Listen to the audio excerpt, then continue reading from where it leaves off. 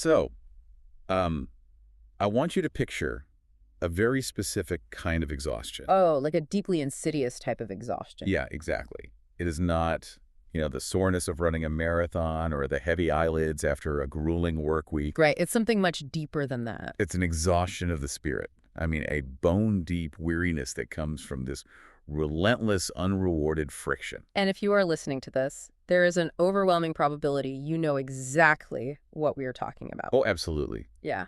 You've probably found yourself in this exact landscape, attempting with every ounce of your willpower to just change your circumstances. Like trying to orchestrate a profound shift from a life of constant scarcity to, well, a reality of overwhelming abundance. Or maybe you're just attempting to drag yourself out of an endless tide of toxic dynamics. Yeah, desperately seeking a balanced equilibrium in your relationships. And the truly exhausting part is that you're doing all the right things. I mean, all the recommended internal work. You're visualizing your desired outcome, you are repeating affirmations.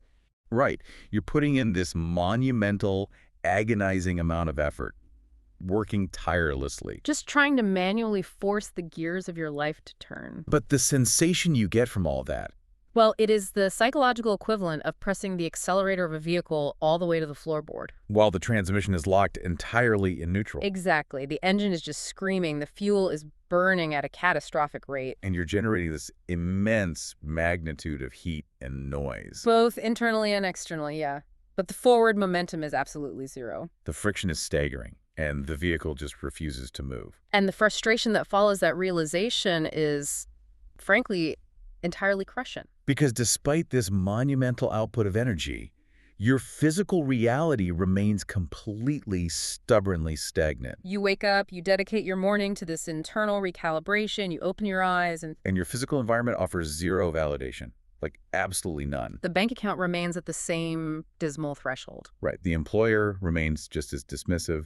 The relationship is just as strained, And sometimes, terrifyingly, the situation actually appears to degrade further. which is just the worst feeling. That is the exact moment the creeping, paralyzing self-doubt takes root. A voice inevitably whispers, why isn't this working? Why is my physical world stubbornly refusing to reflect my internal efforts? Is my psychological wiring fundamentally broken?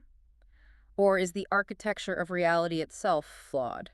That specific despair is a universally predictable outcome, though, right? It is. It comes from a fundamental misunderstanding regarding the architecture of cause and effect. Because we have been systematically conditioned to interface with reality entirely backward. We possess this deeply ingrained, almost reflexive habit of judging the success or failure of our internal state by demanding immediate validation from our external environment. Right. And when that visible validation does not materialize on our demanded timeline, what happens? Our internal conviction collapses. The structural error here is assuming that the physical world is a generator of experience. But it's not. No, it is not. The physical world is entirely inert. It is strictly a realm of delayed effects. So today we are synthesizing a vast constellation of philosophical and behavioral principles to address this exact friction. And our mission here is not to provide you with another exhausting checklist of physical actions to take. No, absolutely not. We are abandoning the paradigm of attempting to manipulate the physical world directly. Because that paradigm is demonstrably broken. We are going to explore the invisible, often counterintuitive mechanics of how reality actually organizes itself. We are fundamentally rewiring how you perceive the relationship between your internal state and your external circumstances, Shifting the focus entirely away from what can be observed with the physical eye. toward the absolute mastery of unseen causes. Because attempting to manipulate the physical environment to change your internal emotional baseline is an endless loop of futility. Right. If your internal state requires physical evidence to feel secure, you are continuously outsourcing your emotional sovereignty. To an impartial, delayed echo. You are basically treating the shadow as if it cast the object. That is exactly what it is. I want to frame this dynamic with a metaphor, something that highlights the absurdity of our default approach. Glizo. Trying to force your physical reality to change so that you can finally feel successful or secure. Yeah. It's like standing in front of a mirror with a furious, scowling expression on your face, Oh, wow, yeah. and violently demanding that the reflection smile first before you allow your own facial muscles to relax. You are standing there screaming at the glass. Exactly. Show me the joy first, give me the validation, and then I will drop this scowl. The madness of that is obvious when you put it that way. Right. The glass contains no inherent capacity to generate an original image. It is bound by the laws of optics to simply reflect whatever frequency is currently standing before it. The mirror cannot initiate the change. It can only echo the cause. And that encapsulates the exact mechanism of the error we all make. The overwhelming majority of humanity operates in a perpetual state of screaming at the glass. They stare intensely at an empty ledger, generating an emotional frequency of sheer panic. And angrily demand that the ledger display wealth so they can finally generate a feeling of safety. Or they inhabit a lonely existence, broadcasting an aura of profound lack. Demanding that an ideal partner materialize from the ether so they can finally feel whole. But the mirror of reality is entirely passive. It possesses no mechanism to initiate the smile. None at all. So we have to completely step away from the mirror. Yes. To understand why the reflection won't change first, we need to adopt a completely different mindset. We need to look at the metaphysics of cultivation. If we observe how a cultivator interacts with the earth, we see a perfect reflection of how unseen energy translates into physical matter. Because nature is not merely a collection of biological processes. Right. It is a visible manifestation of universal mechanics. It operates as an unbroken reflection of the rules governing reality. So when a cultivator places a seed into the soil, The immediate physical result is complete disappearance. The seed is swallowed by the earth. it is completely obscured from the visible spectrum. To an observer relying solely on immediate visual evidence, the seed has basically ceased to exist. Right. To the naked eye, the surface of the soil looks exactly as barren and empty as it did the moment before the planting occurred. There is zero physical evidence of a changed state. Yet the cultivator does not experience a psychological collapse. No, because the absolute absence of a visible green shoot above the soil does not indicate an absence of activity. The physical presence of the plant is entirely irrelevant to the truth of the ongoing germination process occurring in the dark. The cultivator possesses a deep, unshakable understanding of the delay inherent in biological growth. They don't return to the barren field the following morning, fall to their knees, and declare that the concept of agriculture is a fraud. Just because a mature stalk of corn hasn't materialized overnight. But that is the exact ridiculousness we apply to our own internal cultivation. We really do. We plant a new intention. We manage to hold a unified, positive, emotional baseline for a fleeting moment. And then we immediately run to the mirror. We look at our circumstances, see no instantaneous restructuring of our reality, and angrily dig the seed back up. Declaring that the unseen mechanics are a complete lie. This failure of patience, it's rooted in the trap of the visible spectrum, isn't it? Entirely. Human beings possess a massive bias towards sensory input. We conflate visibility with reality. But our sensory apparatus is profoundly limited. The spectrum of visible light, the frequency range our eyes can actually perceive. It's an infinitesimally small fraction of the total electromagnetic spectrum. We are practically blind. We are navigating an infinite ocean of energy while only possessing the capacity to see a single drop. Therefore, to construct your entire emotional foundation and your ultimate belief system upon the microscopic fragment of reality your eyes can currently detect. It is a massive cognitive limitation. We are judging the entirety of existence based on a sliver of data. Exactly. If the physical plane is essentially a realm of delayed effects, that means the physical reality you are experiencing right now is not the present moment. Oh, wow. It is a materialized memory. Yes. It is the echo of the person you used to be, the thoughts you used to hold, and the emotions you used to broadcast. That is a crucial realization. When you rely on your immediate physical circumstances for confirmation of your current progress. You are literally looking into the past. Because matter is dense. It is heavy. It requires a passage of eras, relatively speaking, for invisible energetic patterns to condense and organize into solid, observable reality. Which is why philosophical traditions spanning the distant past have warned against trusting the material world. Often labeling it an illusion, and they don't mean the table in front of you is a hallucination. Right. If you strike it, you will experience the biological sensation of pain. The illusion is the assumption that the material world is the source of its own existence. The physical environment masquerades as the cause, but it is exclusively the effect. I understand the philosophy, but I have to interject with a biological reality check here. Sure. Go ahead. We are dealing with human nervous systems that have evolved over the passage of eras to prioritize immediate physical threats. Yes, the survival instinct. Right. If a predator steps out of the brush, my visual cortex registers the threat, and my adrenal glands instantly flood my system with cortisol. Your survival depends entirely on reacting to the visible world. Exactly. So when a person looks at a threatening financial notice, their brain does not differentiate between a math problem and a physical predator. The cortisol floods in all the same.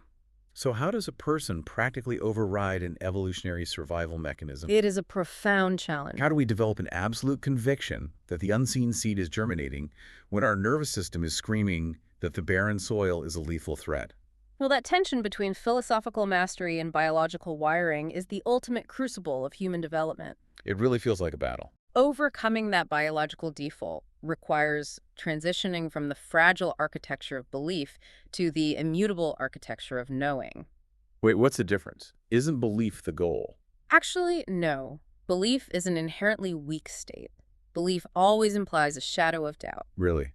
I always thought belief was the foundation. It is a hope that a particular outcome might manifest, coupled with the lingering, quiet terror that it might not. Oh, I see. You might believe the weather will be clear, but you carry the umbrella to mitigate the anxiety of the potential storm. Precisely. Belief leaves the back door open for failure. So belief is conditional. It requires ongoing maintenance and constant reassurance. Knowing, conversely, operates on an entirely different frequency. Knowing is a state of absolute, immutable resonance. It is an algorithmic certainty within the mind. When you place a seed in the earth, you do not try to persuade yourself to believe it is there. Right, you possess the knowledge of your action. The action is complete. The seed is in the earth. The presence or absence of the sprout does not alter the fact of the planting. So the biological urgency I mentioned, the cortisol spike when viewing a threatening circumstance. It feels incredibly real, but mastery involves recognizing that urgency as a biological artifact. A false alarm triggered by a delayed echo. Exactly. Okay, but if we followed the cultivator analogy, we cannot just throw rocks into the dirt, feel a deep sense of knowing, and expect a harvest of fruit. No, you certainly cannot. If we must rely on the unseen seed rather than the visible soil, we need a precise understanding of the seed's architecture. Because a chaotic mutated seed guarantees a chaotic mutated harvest. So what actually constitutes an energetic seed? Well, a seed is not a passing surface-level positive thought. Right, a fleeting thought is just an energetic speck of dust. It lacks gravitational pull. It is instantly swept away by the next stimulus. A true seed, capable of forcing matter to reorganize, has to be a total unified state of consciousness. It is a complete, holistic, energetic signature. We can refer to this as immaterialized reality. Immaterialized reality, I like that. It is a reality that fully exists in its energetic form, merely awaiting the passage of time required to condense into matter. So the blueprint is already drawn, the materials are ordered, the construction is inevitable, even if the foundation hasn't been poured yet. That's a perfect way to visualize it. Let's deconstruct the DNA of this seed. Because if one element of the genetic code is misaligned, the entire organism grows warped. Yes, the architecture of a viable seed requires the flawless alignment of several psychological components. What are the specific components that must harmonize? The first, and arguably the most misunderstood, is the mechanism of expectation. Expectation, not desire. No, not desire. The overwhelming majority of individuals operate under the devastating delusion that the universe responds to desire. But it doesn't. It does not. Desire is essentially a declaration of absence. You only desire what you do not currently possess. Right, so the universe responds exclusively to normalization. Exactly. You do not receive what you fiercely desire. You receive what you seamlessly expect. You receive what you consider normal. We don't get what we desire. We get what we normalize. Yes. If someone desperately desires financial freedom, but their daily normalized expectation is that their car will require expensive repairs. Or that their employer will deny them advancement, and that their bank balance will inevitably drain. Then they are constantly broadcasting the frequency of struggle. And that normalized expectation of struggle forms the core of their energetic broadcast. Whatever state you accept as the baseline reality will inevitably seek you out and maintain itself. So if your perceptual filter normalizes betrayal, your reality will meticulously supply circumstances and individuals to orchestrate that betrayal. It is a flawless system. If you normalize chronic lack, the architecture of cause and effect will arrange unexpected expenses. And missed opportunities to ensure you remain in your comfortable, normalized state of lacking. People execute the self-sabotage with terrifying efficiency. They really do. They encounter a significant setback and declare, well, of course this happened. This is just my typical luck. They have built an incredibly robust expectation of suffering, and reality simply honors their requests with perfect punctuality. That brings us to the second component, right? Following expectation is perception. Yes, perception. This is the invisible lens, the internal algorithm that filters raw data into subjective experience. It determines the emotional weight of any event. Exactly. Two individuals can experience the exact same external circumstance. Like a sudden termination of employment. Right. If the first individual's perceptual filter is calibrated to victimhood and failure, they process the event as a catastrophic condemnation of their inherent worth. Their internal state just plunges into despair. But if the second individual's filter is calibrated to expansion and sovereign control, They process the exact same termination as a necessary liberation. a forceful clearing of the landscape to make room for a superior alignment. The raw data of the event is identical. But the perception dictates entirely different subsequent realities. Until a person consciously alters the lens through which they observe the world will endlessly repeat the same visual feedback. It's unavoidable. It's like wandering through an art gallery wearing glasses tinted dark gray. That's a great analogy. You can complain endlessly that every painting is dull and lifeless, but no amount of wishing the colors were brighter will change the image until you remove the tint. The tint is everything. And that leads to the third component of the seed, which brings us to the actual engine of manifestation. Emotionally charged thoughts. Yes. A thought isolated from emotion is a sterile construct. It contains no kinetic energy. The intellect can form the most eloquent, geometrically perfect intention, but without emotional resonance, it remains a static blueprint. Consider an individual repeating an affirmation of wealth. They are vocalizing the words, but beneath the surface, their chest is tight with the agonizing terror of insolvency. The sterile thought of wealth is entirely overpowered by the massive emotional engine of terror. And the subconscious mind, which acts as the builder of reality, ignores the words entirely. It immediately begins constructing more circumstances to justify the terror. Because the intensity of the feeling is the true command. The thought is the steering wheel, providing the direction, but the emotion is the combustion engine, providing the thrust. Exactly. You can point the steering wheel toward prosperity. But if your foot is pressing down on the accelerator of fear, you're just going to violently crash into a wall of your own making. That leads directly to the fourth component, attention and focus. Because the physics of consciousness dictate that energy flows relentlessly toward the object of sustained attention. It is a universal law. If an individual's stated intention is pristine health, yet their daily focus is neurotically fixated on analyzing microscopic physical symptoms, Obsessively researching catastrophic medical scenarios and dwelling on the fragility of the human body. they are actively funneling all their creative energy into the architecture of illness. You cannot cultivate a thriving orchard while keeping your eyes obsessively locked on a solitary weed. You really can't. And anchoring all of this is the final, deepest component, core beliefs. Core beliefs, they represent the subterranean root system of the psyche, right? Yes. Every expectation, perception, and focused thought must ultimately filter through these foundational assumptions about the nature of reality and the self. So if a core belief is misaligned with a surface intention, the system enters a state of catastrophic internal friction. It does. Let's illustrate this friction. Imagine an individual who consciously desires a staggering level of career success. Okay. They engage in the visualizations, they adjust their expectations, they try to maintain a positive focus. But buried deep within their psychological architecture is an inherited core belief that they are fundamentally unworthy of elevation. Or alternatively, they might harbor a subconscious calcified belief that extreme success requires moral compromise. That wealth inherently corrupts the soul. That internal contradiction is the equivalent of planting a weed while fiercely demanding a mango. Right. The universe operates on strict principles of cause and effect. A mango seed produces a mango. A weed produces a weed. You cannot outmaneuver the mechanics of your own output. If your foundational belief asserts that wealth equals moral corruption and your primary self-identity is that of a highly moral individual, Your subconscious mind will brilliantly, relentlessly sabotage every lucrative opportunity that crosses your path. Because it is executing a protective mechanism. It is actively destroying your career to save you from the perceived threat of moral decay. The subconscious acts like an overzealous bodyguard. It truly does. It takes your core belief as absolute truth and tackles you to the ground to prevent you from walking through the door of opportunity. So all these components, expectation, perception, emotional charge, attention, and core belief, they must be fused into flawless synchronicity. There cannot be a single gap or contradiction. When they align, they generate a state of immaterialized reality with massive gravitational pull. And you like to conceptualize this alignment as the collapse of energetic space, right? Yeah, exactly. Expand upon that concept of energetic space for a moment.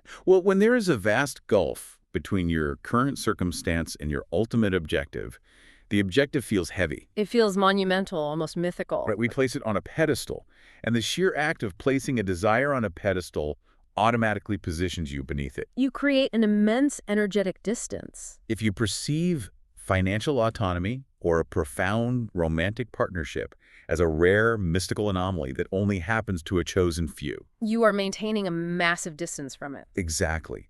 To collapse that space, to draw the reality to you, you must cultivate the seed until the manifestation of that desire feels mundane. As predictable and utterly normal as turning on a faucet and expecting water to flow. You do not experience shock and awe when the water appears.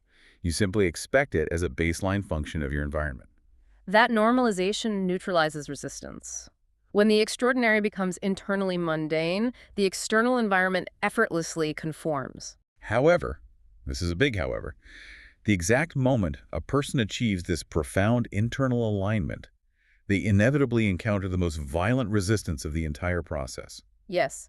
This brings us to the sabotage of the old frequency. This is the exact juncture where the overwhelming majority of people abandon the process. It is. We have to examine why the human mind seems biologically driven to rip the germinating seed out of the soil. To understand this, we need to stop thinking of our old habits as simple mistakes. And start recognizing the old frequency as a living, self-preserving entity. Is it really accurate to describe it that way? It is entirely accurate to describe the old frequency as an algorithmic entity, a deeply entrenched neurological and psychological parasite. A parasite, that's intense. Over the passage of eras in a single human lifetime, repeated emotional reactions, normalized anxieties, and calcified traumas are not merely fleeting events. They carve physical pathways. Exactly. These repeated electrochemical firings aggregate. They gather momentum. They form a robust, highly efficient default mode network within the brain. And this network becomes a distinct, automated force within your psyche. It functions like an outdated operating system that refuses to be uninstalled. Yes.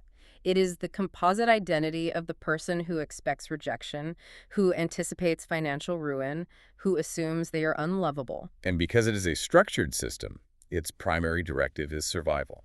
Like any biological or energetic system, its fundamental imperative is self-preservation.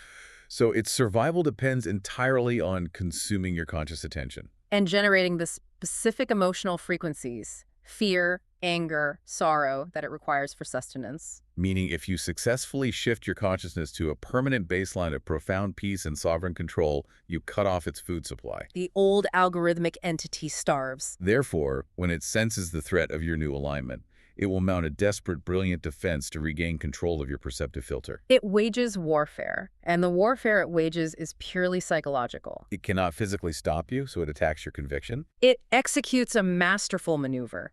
It forcibly directs your attention straight back to the delayed physical illusion. It leverages your sensory bias against you. It utilizes your own internal monologue to whisper, observe your surroundings. You have engaged in this intense internal restructuring. You have maintained the feeling of abundance. And absolutely nothing in the material realm has altered. In fact, observe this unexpected mechanical failure of your vehicle. The circumstances are degrading.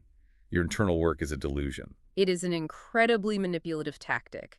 It preys on the innate human impatience with the delayed nature of physical reality. It is the equivalent of planting the perfect seed on a Monday, and on Tuesday afternoon, the parasitic algorithm screams, "Where is the harvest? The soil is bare. You are a failure as a cultivator." you should probably just pave over the entire field and accept the concrete. That highlights the immense critical danger of utilizing the physical realm as a barometer for internal progress. Because when you glance at your material circumstances, seeking validation that your energetic shift is functioning, The inherent delay of materialization creates a devastating gap in your conviction. and that gap is immediately violently flooded with despair and skepticism. Because the universe functions as an impartial amplifier, it immediately receives this new frequency of despair and begins organizing future physical circumstances to magnify it. So the moment you judge the efficacy of your seed by the temporary emptiness of the soil, you sabotage the germination. You spiral directly back into the old frequency. The parasitic entity wins.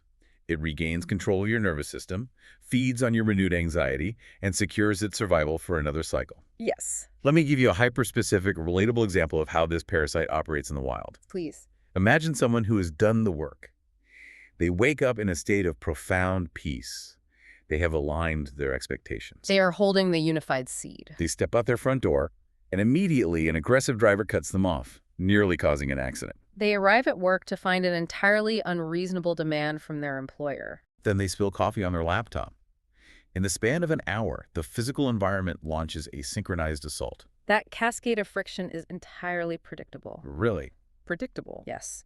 When an individual initiates a massive shift in their energetic baseline, the entrenched structures of their former reality experience turbulence as they collapse. So the old entity utilizes the environment to trigger a reaction. It uses the aggressive driver, the unreasonable demand, the spilled coffee as bait. If the individual reacts with explosive anger or collapsing despair, they have taken the bait. They have allowed the physical shadow to dictate their internal sun. This raises a massive practical challenge, though.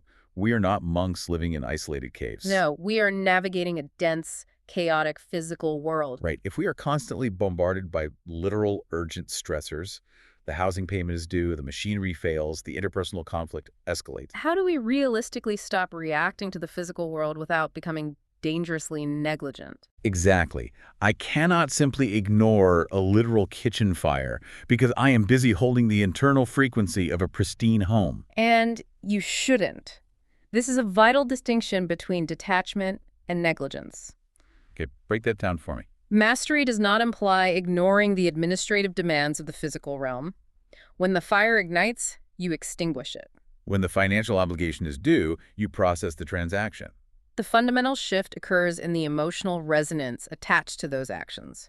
You sever the emotional dependency on the circumstance, You handle the challenges of the physical world as sterile administrative tasks. completely divorcing them from your sense of ultimate security or inherent worth. That is a phenomenal reframe. Yeah. I extinguish the fire, but I do not allow the fire to convince me that my life is fundamentally a disaster. Exactly. I process the stressful transaction, but I refuse to attach the emotional frequency of terminal scarcity to the act of transferring the funds. Precisely. You interact with the moving shadows of the physical world, but you never mistake them for the light source. You maintain an internal magnitude where your security is anchored entirely in the unseen architecture of your knowing. Rendering the external fluctuations irrelevant to your emotional baseline. Okay, but since the parasitic old frequency uses logic and sensory data to attack us, it points to the empty ledger and says, logic dictates you are failing. We cannot defeat it on the battlefield of logic. We cannot outthink the brain No, we must bypass the intellect entirely. and utilize a completely different biological and energetic organ to water the seed and guarantee its survival against the parasite. Because the human intellect is a remarkable analytical tool, it is unparalleled in its ability to dissect past events and categorize data. However, it is an entirely inadequate engine for the generation of future realities. The subconscious mind, which serves as the ultimate architect of the material experience, is profoundly irrational. It possesses no capacity for logic. It does not comprehend complex rationalizations, linguistic arguments, or statistical probabilities. It is responsive to only one specific language. The universal, undeniable language of intense emotional resonance. We are talking about the immense overriding power of the human heart. Yes. From both a biological and an energetic perspective, the heart generates an electromagnetic field of vast magnitude, dwarfing the field produced by the brain. During embryonic development, the heart is the first functional organ to establish a rhythm. It is the true primary center of human resonance. An individual can engage in endless intellectual gymnastics, They can aggressively recite thousands of positive verbal affirmations. But if the heart remains constricted by a baseline of terror or unworthiness, the subconscious mind will exclusively register the terror. Mental effort is entirely futile without the full, visceral endorsement of the heart's emotional field. It is the equivalent of handing someone a perfectly drafted, legally binding contract that states you love them, while staring at them with absolute contempt. The words are technically correct, but the underlying frequency renders the words meaningless. The subconscious mind does not read the contract. It only feels the contempt. Because the heart possesses a complex neural network, a localized intelligence capable of profound memory and processing. When ancient wisdom traditions assert that a person's reality is forged by the thoughts within their heart, they are pointing directly to this biological reality. The sustained emotional state is the crucial nourishment, the water that guarantees the seed's survival. Exactly. What is the specific chemical composition of this water, though? If we intend to water the seed of an immaterialized reality, we must generate the specific emotional frequencies that signal the manifestation has already achieved physical form. The ultimate catalysts, the most potent forms of nourishment for this process, are profound peace and radical gratitude. And the mechanics of gratitude are fundamentally misunderstood. How so? Under default, unconscious operation, a human being uses gratitude strictly as a reactionary mechanism. Right, they wait for a favorable external event to occur. They receive a gift, they secure the position, they survive the crisis, and only then do they permit themselves to experience the emotion of gratitude. The cause must precede the effect.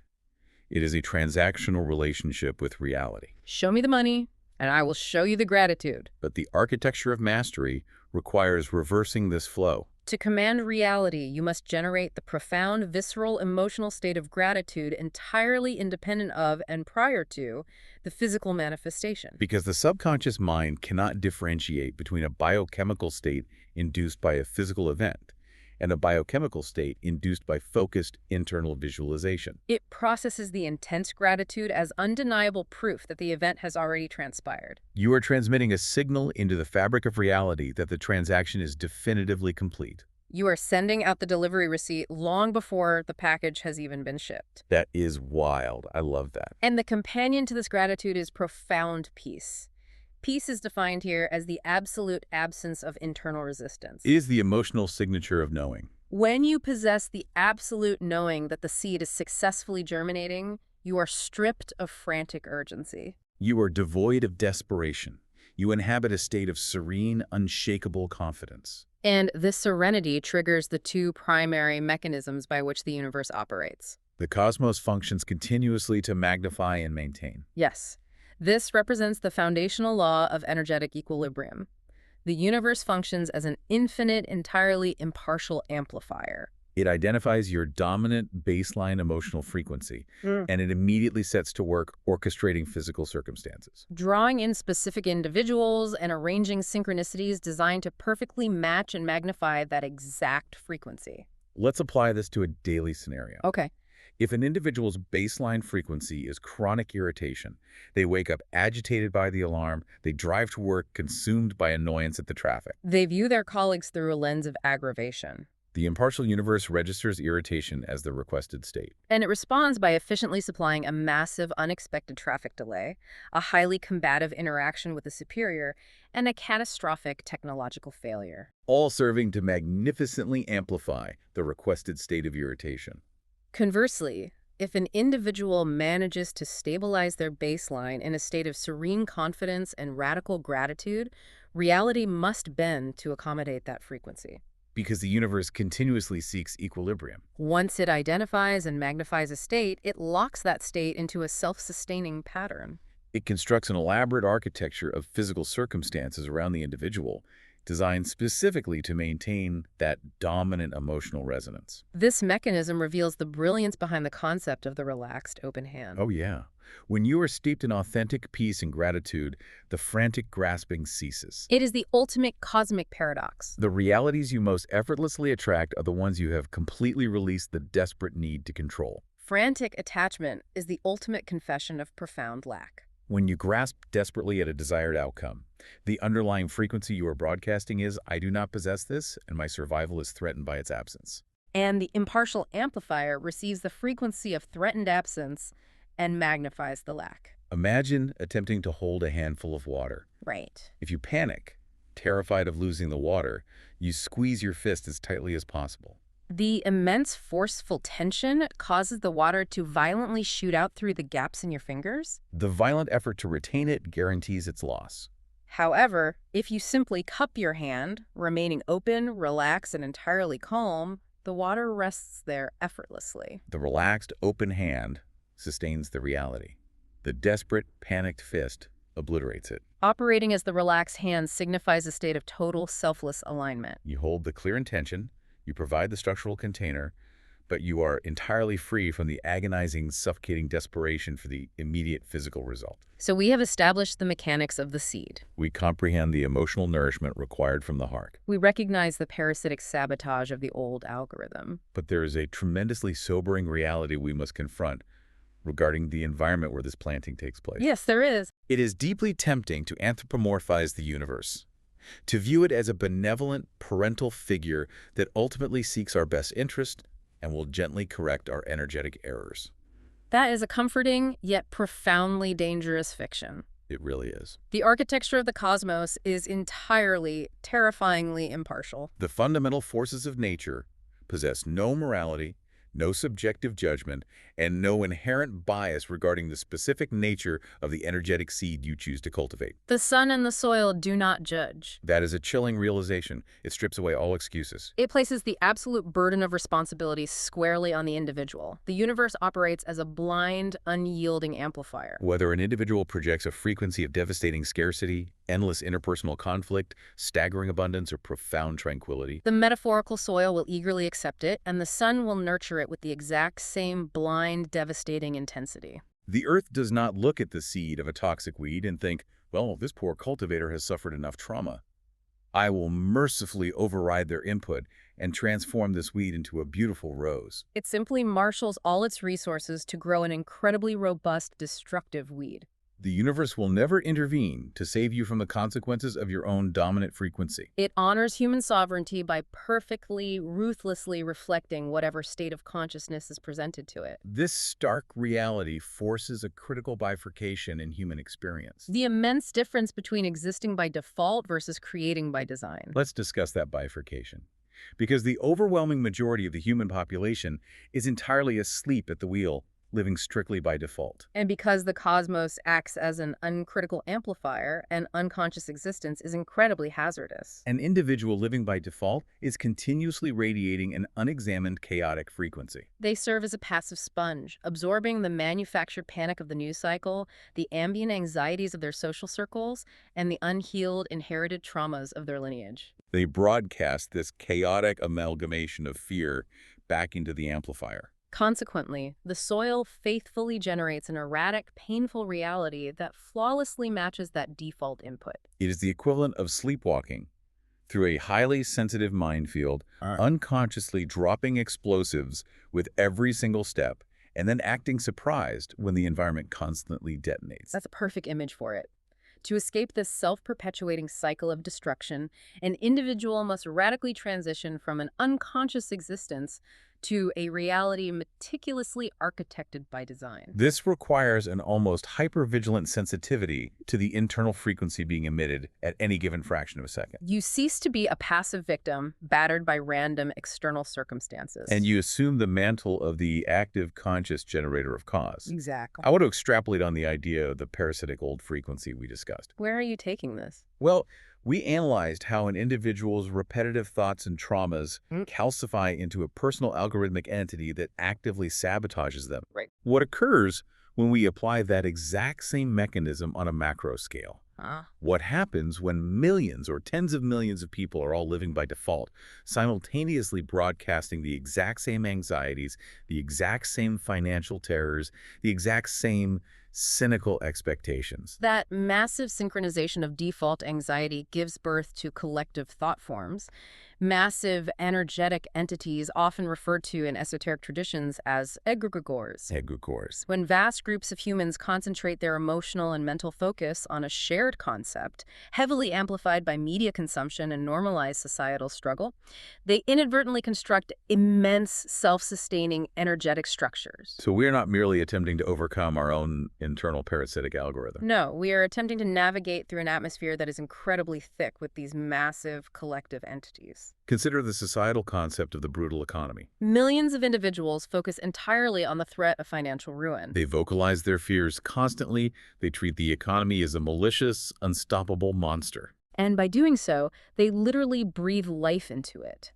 It ceases to be a concept and becomes a structural, oppressive reality. Or consider the collective belief in the inescapable rat race, or the necessity of ruthless competition. These collective entities establish rigid paradigms that effectively trap individuals within their localized logic. When an individual operates under the shadow of a collective thought form, for example, the deeply entrenched belief that professional survival absolutely requires the destruction of competitors. That entity strictly dictates the boundaries of what is possible. It acts as a massive perceptual filter for the entire group. And crucially, if a single individual attempts to break free from that paradigm, the collective entity will initiate an immune response to punish the deviation. It will utilize other unconscious individuals, bureaucratic institutions, and orchestrated circumstances to forcefully pull the divergent individual back into conformity, thereby ensuring the entity's continued survival. It is the classic crab bucket mentality,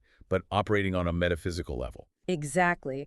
When one crab attempts to pull itself over the rim of the bucket toward freedom, the other crabs instinctively reach up and drag it back down into the mass. The collective entity utilizes the people in your immediate environment to voice its resistance. They will say, "Who do you think you are? You cannot simply thrive by pursuing your passion. Life is supposed to be a struggle." Get back down here in the bucket with the rest of us. Defying a collective entity requires a staggering magnitude of internal fortitude. It requires a solitary spark of absolute, unshakable conviction. An individual must look at the overwhelming consensus of the majority, observe the reality they have constructed, and definitively declare that consensus is a localized illusion, and I absolutely refuse to participate in its perpetuation. But this presents a terrifying mathematical problem. How so? If the gravitational pull of the collective is that massive, if tens of millions of people are actively feeling the egregore of economic collapse or social panic, doesn't a single individual's positive frequency, their carefully cultivated seed of abundance and peace, just get entirely annihilated by the sheer, overwhelming magnitude of the world's combined anxiety? How does one person's serene knowing survive an ocean of collective panic? Exactly. That question reveals the ultimate beauty and power of energetic architecture.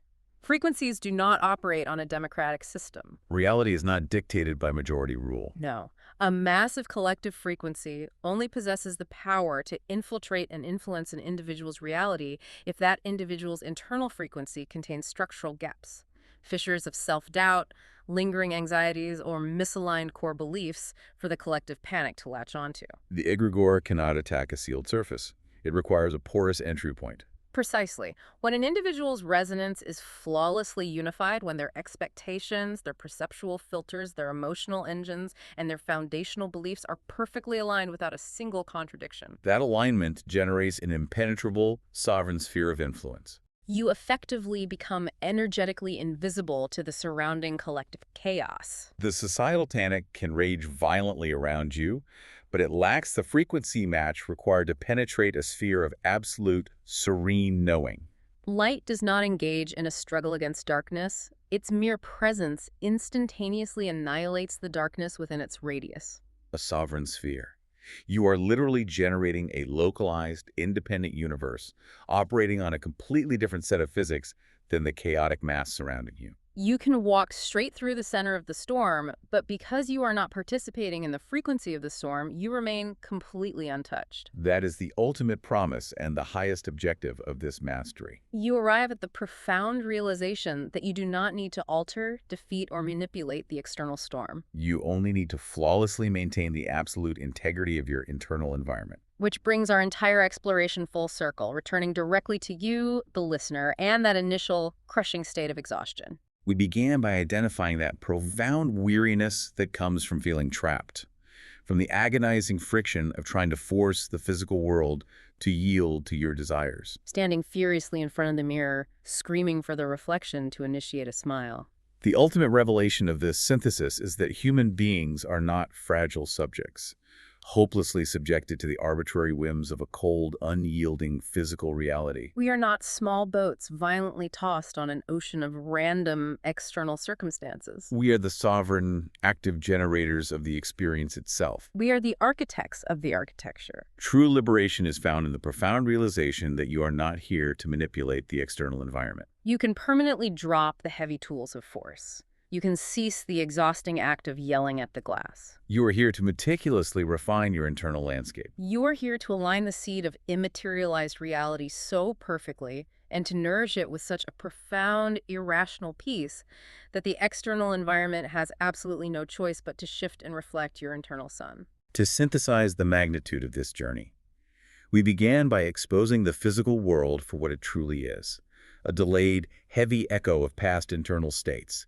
entirely incapable of generating new causes. We detailed the precise architecture required to construct a unified seed of consciousness, ensuring expectations, perception, and belief operate without contradiction. We exposed the biological and psychological sabotage of the old algorithmic entity. Recognizing its desperate attempts to utilize the delay of the physical world to destroy our conviction. And we established the supreme necessity of bypassing the logical brain. Utilizing the electromagnetic supremacy of the heart to water the new reality with peace and gratitude. Fully understanding that the impartial cosmos will brilliantly magnify whatever baseline state we choose to sustain. It is a complete inversion of the human paradigm. It is the transition from a terrified victim to a sovereign creator. From reacting to the shadow to generating the light. From exhausting yourself forcing the outside to achieving absolute mastery over the inside. And as we conclude this transmission, we want to leave you with a potent, lingering inquiry.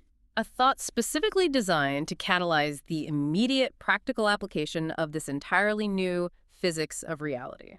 We have established with absolute certainty that the physical circumstances you will encounter tomorrow, the interactions you will have, the reality that will condense around you, are being entirely forged by the specific emotional signature you are radiating at this exact second. The seed is not planted tomorrow. The seed is being planted right now in the exact center of this present awareness. Therefore, as you stand right now before the impartial magnifying mirror of the universe, what is the precise feeling you're going to actively choose to inhabit the exact moment this audio stops?